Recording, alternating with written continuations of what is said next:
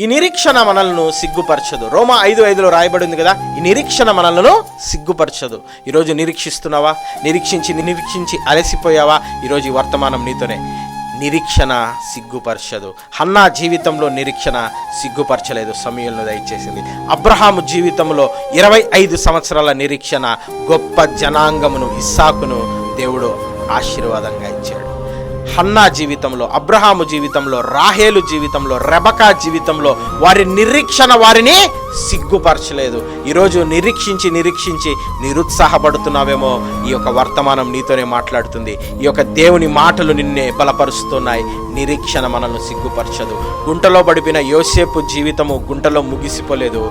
దేవుని యందు నేను కనిపెడుతున్నానని పాపము చేయకుండా పరిగెత్తిన యోసేపు జీవితము దేవుని యందు నిరీక్షణ రాజు తర్వాత రాజుగా చేసింది.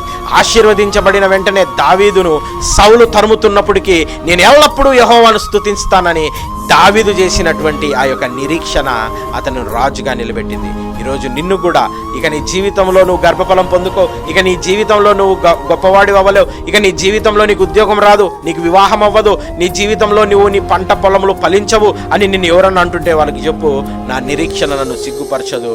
నా ముందు ఉన్నవాడు, నా వెనక ఉన్నవాడు, నన్ను ఆవరించినవాడు యెహోవా పరిశుద్ధాత్ముడు. హల్లెలూయా.